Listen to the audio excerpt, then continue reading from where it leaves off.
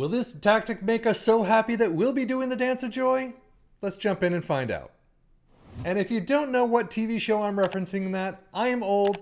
Definitely go to Google and check it out. It is one of the best shows I grew up watching. But this one is called Perfect Strangers 4212. I love that funky off-kilter shape to it, so I had to try it out. And of course, again, I fell in love with that show long ago. I don't know if it's based off the show, but we're going to take a look at the tactic with our three teams of Liverpool and Aston Villa in the Premier League and our championship side of Ipswich Town in a holiday sim. Keep that in mind as we go through this, but let's just jump in and see how it worked. Well, Liverpool definitely doing the dance of joy. 93 points, 124 goals is a phenomenal run. Aston Villa in fifth doing not too bad. 72 points and 90 goals is more on the average mark, actually a little bit below though. So let's dive into Liverpool's domestic cup run out immediately in the Carabao Cup third round in penalties to Newcastle. However, the FA Cup, they get through Tottenham 2-1 in the final, even with McAllister being sent off in the second minute. Wow. But that's another trophy. And trophy number 3 comes at this expensive RB Salzburg 2-0 win in Europa League final. So yeah, this was a pretty darn good season. Squad-wise, about average, no question about that. Goals, you got, 38 for Nunez, 21 for Jota. That's actually it. Usually there's a few more, at least in the 20s. Robertson with 23 assists, 16 for Trent. And then average rating, Nunez gets a 7.6. Wow. Aston Villa now, we come up in the Carabao Cup quarterfinal but lose out to Tottenham 1-3. They get to the FA Cup quarters and lose out 2-3 to Luton Town. But they make it themselves all the way to the Europa Conference League final, beating Eintracht Frankfurt 4-1. So yeah, Conference League winners, fantastic. Premier League, not too bad. 5th place, you get Champions League next season, but I still think you could pick it up a little bit more. Squad-wise, again, about average. Goals, you've got 28 for Diaby, McGinn with 19, interestingly enough. Assists, 19 for Matty Cash, Moreno with 13, and average rating, Matty Cash with a 7.16. Data Hub, starting with Liverpool, attacking-wise, through and through, very fantastic job right there. Defensively interesting. I mean, it's a little bit better than average on some of these things. Conceded per game, not so much, though. Goals per game, though, 3.26. Wow. 1.13 conceded, yeah, that's definitely higher than usual. 0.79 XG against, though, is not. Aston Villa, yeah, same, except the goals just aren't there, at least not compared to Liverpool. Defensively, definitely down from their usual. 2.37 goals per game, 1.5 conceded, 1.42 XG against.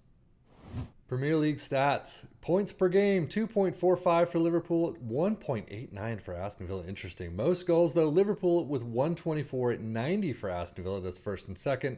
Fewest shots against, Liverpool have 245. Aston Villa in 7th with 385. Most possession, 55% for Liverpool. Most dribbles made, 613 for Liverpool. Villa with 596. And most shots for Liverpool in first with 812. Wow, 627 in second with Aston Villa. But now, how do you think that Ipswich Town fared with this one? 153 goals.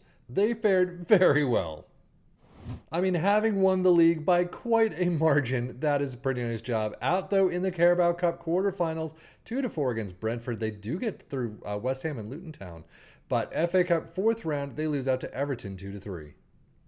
So yeah, the championship was a fantastic job. I mean, what is that, 21 points? Damn.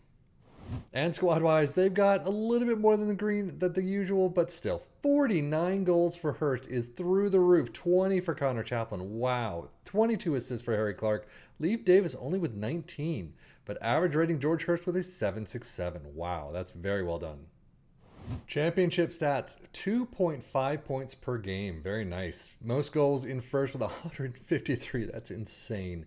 Fewest shots against in third with 390. Most possession in 8th with 52%. And most shots for with 850. So now the tactic itself. Again, I love that little off-kilter shape to it. But we start out with a sweeper keeper in defend. Inverted wingback in attack on the left. A fullback in attack on the right. We got ball-playing defenders in the central spots. We got a DM in support next to a Segundo Volante in attack, next to a winger on the left in support. It does have mark-specific position. It is that DR. And then the inside forward in attack has the DL. And then if we move on, pressing forward in support next to an advanced forward in attack up front. Attacking mentality, in possession, attacking with his narrow. Approach play is pass into space. Focus play down the left and the right. Passing directness is shorter, tempo is higher, low crosses and run at defense. In transition, counter press, counter, distribute quickly and roll it out. And out of possession, a high press line of engagement, a much higher defensive line, trigger press much more often, prevent your goalkeeper distribution, get stuck in, step up more, and invite crosses. So overall, how did this one work? Oh my god, did it work well. Ipswich Town doing a fantastic job. Goal scoring through the absolute roof. Goal differential 103. That's pretty insane. Liverpool doing another fantastic job. You do have 5 losses though, only by 1 or 2 goals. So you could hopefully bring it back, but draws 4-4 at West Ham. How the hell did that happen?